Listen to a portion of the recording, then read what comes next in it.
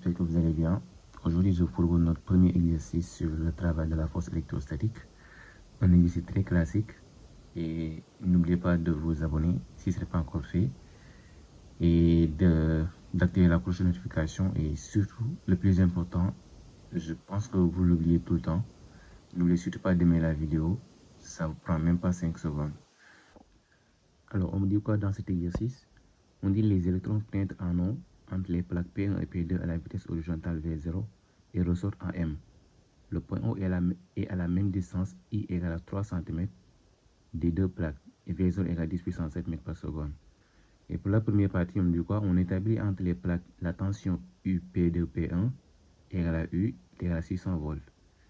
Et la question c'est de déterminer la direction, le sens et l'intensité du champ électrique supposé uniforme qui règne entre les deux plaques. La deuxième partie, on demande de déterminer les caractéristiques de la force qui agit sur l'électron, puis la comparer à son poids et conclure. Ensuite, on demande de justifier le sens de la déviation observée. La troisième partie, on dit l'axe X'(OX) pénètre dans le champ électrique en O et ressort en K. Et la première question de cette partie, on me demande de montrer que la différence de potentiel entre les points O et K est nulle. La deuxième question, calculer la différence de potentiel Vm moins Vk, sachant que Mk est égal à 1,3 cm.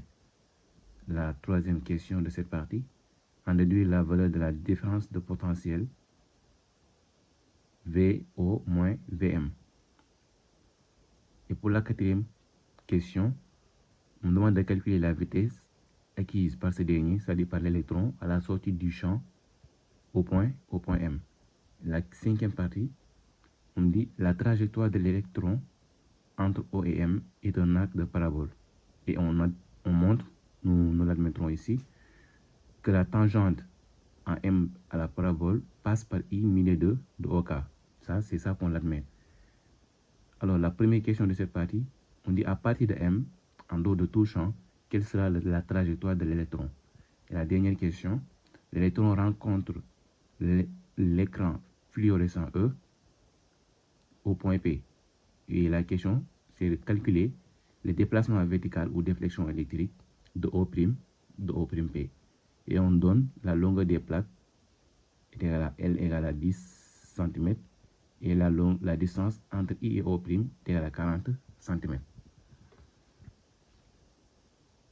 Alors, voici la figure donnée par l'exercice. Et donc, pour la première question, on me demande de donner la direction, le sens et l'intensité de E. Alors, vous voyez, on avait dit quoi? Que UP2P1 égale à U. On nous avait dit que UP2P1 égale à U, qui est égal à 600 volts. Alors, UP2P1, c'est-à-dire la différence de potentiel entre les plaques P2 et P1, ça donne 600 volts. Vu que c'est positif, alors la plaque P2 est supérieure, le potentiel de la plaque P2 est supérieur à celle de P1. Donc, voici la plaque P2, voici la plaque P1. Et donc, pour le sens d'abord pour la direction, E est perpendiculaire aux plaques. Vu que les plaques sont horizontales, donc E est vertical. Et pour le sens, E suit les potentiels décroissants. Donc, il passe de la plaque P2 vers la plaque P1. Donc, comme représentation, on va avoir un vecteur de direction verticale et de sens qui est dirigé vers le bas. Alors, pour l'intensité, on a E est égal à U sur D. Avec D qui est égal à quoi? La distance entre les deux plaques. Nous, dans l'exercice, on nous a dit que O se situe entre les deux plaques à la distance de I, petit l. Alors, si cette distance-là est égale à 3 cm, alors la distance entre les deux, c'est 3 cm fois 2, alors ce qui est 2 fois petit l là. Avec, j'ai dit, avec petit d qui est égal à 2 fois petit l. Alors, en application numérique, on a E égale à 600 sur 2 fois 3 cm, on avait dit. Donc, 3 cm, je convertis en mètres, ça me donne 3 fois 10 puissance moins 2. Alors, 2 fois cette petite distance-là, L, ce qui me donne alors à la fin, E est égal à 10 puissance 3 volts par mètre. Alors, pour la deuxième partie, on me demande de donner les caractéristiques de la force qui s'exerce sur l'électron. Alors les caractéristiques, c'est pareil, c'est toujours la direction, le sens et la norme. Pour la direction, un électron il est chargé négativement. C'est bon, un électron est chargé toujours négativement. Et on sait que F est égal à Q fois E. C'est bon? Vu que ici, notre Q, c'est égal à moins E. C'est bon? Q, ça donne moins E. Donc, on dit que la force et le champ sont opposés. Alors, ce qui me permet donc de représenter F ainsi. Donc, F sera dirigé vers le haut. La direction, c'est pareil, c'est toujours perpendiculaire aux plaques. Et pour l'intensité,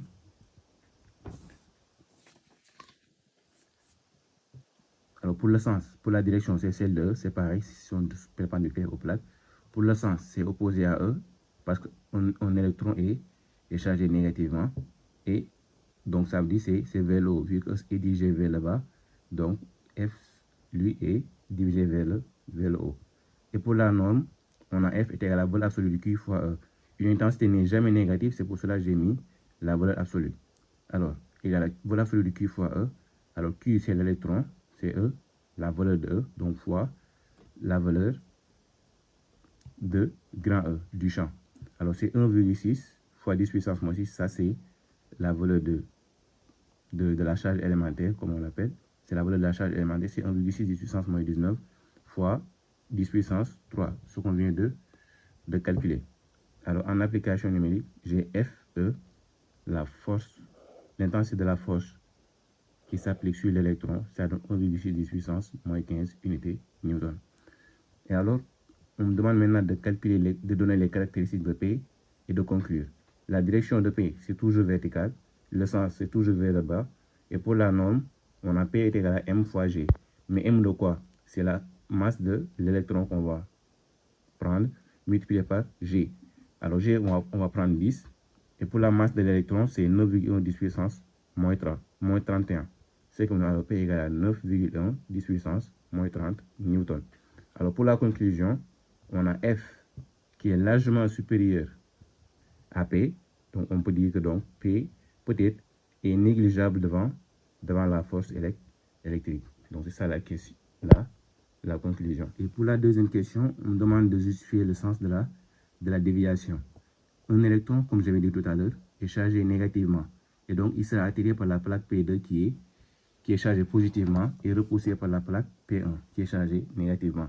On a un électron qui pénètre dans ce domaine-là à partir du point O. L'électron est chargé négativement. Et donc, quand il se déplace, vu qu'il est chargé négativement, il va être repoussé par la plaque P2 et au même moment, il va être attiré par la plaque. Il va être repoussé par la plaque P1 et attiré par la plaque P2. Donc, ce qui justifie la trajectoire de l'électron. Pour la troisième question, on me demande quoi? De montrer la différence de potentiel entre O et K est nulle. Alors la différence de potentiel, la formule c'est toujours comme ça. Somme entre O et K, donc je mets VO moins VK, ça donne E scalaire OK. Alors dans le champ, ce qui est donné dans l'exercice, on a O ici, c'est K. C'est là ici K. Et donc si on regarde, on avait dit tout à l'heure que E est toujours perpendiculaire aux plaques. Et ici, l'axe X' OX est aussi parallèle aux plaques. Donc, cet axe-là est perpendiculaire à E. Et donc, OK, le vecteur OK sera perpendiculaire au champ. Et le produit scalaire de deux vecteurs orthogonaux est nul.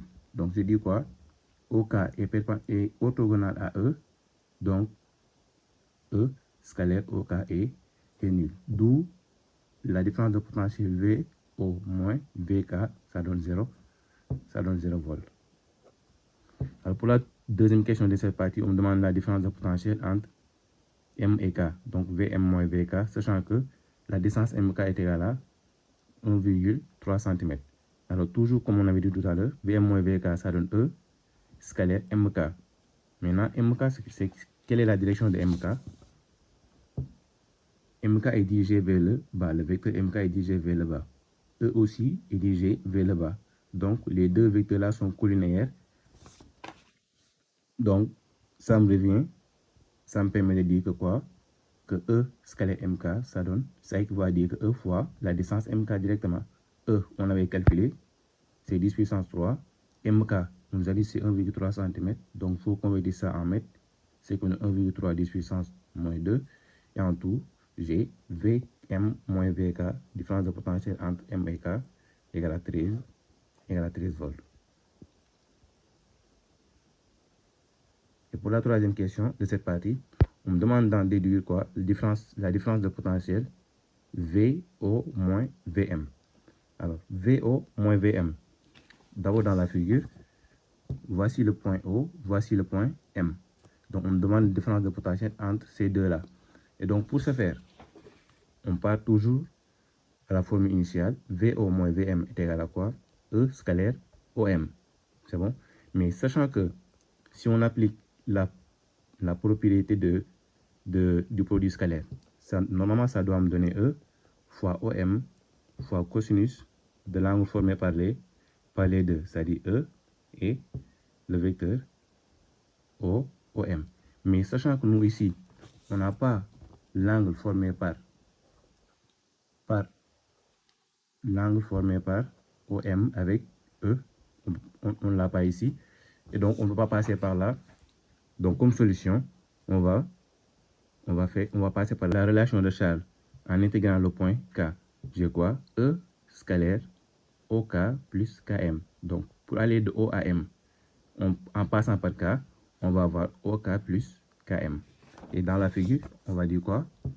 Pour aller de O à M en passant par K, donc OM, c'est égal à OK plus KM. Alors, ce qui me donne quoi? En faisant le développement ici, la distribution, j'ai E scalaire OK plus E scalaire KM. Sachant que E scalaire OK, on l'avait dit tout à l'heure que c'est nul. E scalaire OK, on avait dit que c'est nul parce que les deux vecteurs sont orthogonaux. Et donc, il me reste E scalaire KM cette fois-ci. Et donc là, sachant que E scalaire MK égale à l'opposé de scalaire KM, donc on a moins E scalaire, moins E fois KM. Et là, on avait trouvé 13 volts. Donc là, c'est moins 13 volts directement. Donc pour la première question, on demande la vitesse de sortie au point M. Pour ça, on va appliquer le théorème de l'énergie cinétique entre O et M. Et donc le théorème de la variation, c'est l'énergie cinétique finale qui est au point M, moins l'énergie cinétique initiale au point O. Ça donne le travail de la force électrique entre de O à M plus le travail de P de O à M. Mais vu que nous, on avait dit que P était négligeable devant FE, devant la force électrique, donc son travail, on le calcule même pas. Alors, on continue. L'énergie cinétique de point M moins l'énergie cinétique au point O, ça donne 1 demi de la masse de l'électron, facteur de la vitesse au point M au carré, moins la vitesse au point O au carré. Égal à quoi? Le travail de Q, le travail de FE, le travail de la force électrique. Et le travail de la force électrique, ça donne quoi comme formule? On a Q multiplié par la différence de potentiel entre O et M, ce qu'on vient de calculer tout à l'heure. Sachant que Q est égal à moins E, pourquoi? Parce qu'un électron est chargé négativement, c'est bon? Et donc on a moins la charge élémentaire multipliée par la différence de potentiel entre O et M. Et donc là, ça me donne quoi? Vm au carré moins V au carré, tout ça je vais transposer de l'autre côté. 2 qui était au dénominateur, je vais multiplier au numérateur. Et là, ME qui était en facteur, donc sera au dénominateur. Donc j'ai Vm carré moins V au carré est égal à moins 2 fois ça divisé par la masse de l'électron. Alors moi je cherche la vitesse de sortie, c'est-à-dire la vitesse au point M. Et donc je vais transposer VO de l'autre côté, vu qu'il est négatif ici, vu qu'elle est négative la vitesse, et donc là, elle sera positive. Donc Vm au carré est égal à VO au carré moins 2 fois E, et ainsi de suite. Alors là, j'ai m au carré, donc je cherche la vitesse, donc je mets la racine carrée partout. Alors, j'ai Vm égale la racine carrée de V au carré moins 2E moins multiplié par V au moins Vm sur la masse de l'électron. Alors, en application numérique, on nous a donné la vitesse de pénétration au point O qui était 10 puissance 7 moins 2 fois différence de potentiel, 2 fois la charge élémentaire E fois la différence de potentiel VO moins Vm, on avait trouvé moins 13 sur la masse de l'électron qui est 9,10 puissance moins 31. Alors, en application numérique, on trouve environ Vm égale à 2,14 10 puissance 6 mètres par seconde. Pour la cinquième partie, on me dit quoi? On dit la trajectoire de l'électron entre O et M est un arc de parabole et on montre, mais cette fois-ci, ici dans ce cas-là, on va l'admettre, que la tangente en M de la parabole passe par I milieu de OK. Et pour la première question de cette partie, on demande la trajectoire de l'électron en dehors du champ. Alors, à la sortie au point M, l'électron suit un mouvement rectiligne uniforme. Pourquoi? Là, à la sortie du point M, on n'est plus dans ce champ-là. Et on avait dit que le poids P est négligeable. Donc, à partir de là, l'électron ne sera ni soumis à la force électrique, ni soumis à son poids P. S'il y a son poids P, mais qui est négligeable, on avait dit. Et donc, il va suivre un mouvement rectiligne uniforme. Pourquoi? Parce que sa vitesse va rester constante. Du fait qu'il n'est pas subi à aucune force. Alors, car il n'existe plus de la force électrique, vu qu'il n'est plus dans le champ, d'où la vitesse reste constante. Alors, on a un mouvement qui est rectiligne uniforme jusqu'au point P. Alors, pour la dernière question, on me demande quoi? La déflexion au prime P. Alors, si on prend le triangle, la question c'est de déterminer cette distance-là, O', P. Maintenant, pour déterminer cette distance, on peut prendre les triangles I, K, M et I, O', P. Donc, en passant par Thalès, ou sinon, je vais prendre le premier triangle I, K, M. Donc, dans la trajectoire, si on considère que là, c'est la tangente, comme on avait dit tout à l'heure. Alors, si on considère le triangle IKM, alors là, on aura un triangle alpha. Et donc, c'est pareil aussi si on prend le triangle IO'P, c'est toujours le même angle. C'est toujours le même angle qui est alpha. Alors, on va dire quoi? Dans le triangle IKM, tangente de alpha, ça donne MK sur IK. MK étant le côté opposé, IK étant le côté adjacent. Pareil, si on prend le triangle IO'P, tangente d'alpha est égale à O'P sur IO'. C'est la deuxième relation. Alors, si tangente d'alpha est égale à tangente d'alpha, donc on va faire une égalité entre ces deux rapports. Alors, j'ai MK sur IK égale à O'P sur IO', ce qui équivaut à dire alors O'P égale à MK fois IO' sur IK. Alors, j'ai 1,3 fois 10 fois 40, 1,3 c'est la distance MK. IO', on a donné, c'est 40 cm. Et IK c'est quoi? C'est le milieu de... On avait dit que I, c'est le milieu de la plaque. On a dit I est au milieu de la plaque. Alors, ça, la longueur des plaques, on nous a dit que c'est 10 cm. Alors, pour avoir cette distance-là, c'est 10 sur 2 qui me donne 5. Alors, j'ai 1,3 fois 40 sur 5. Et en application numérique, ça me donne O'P égale à 10 cm.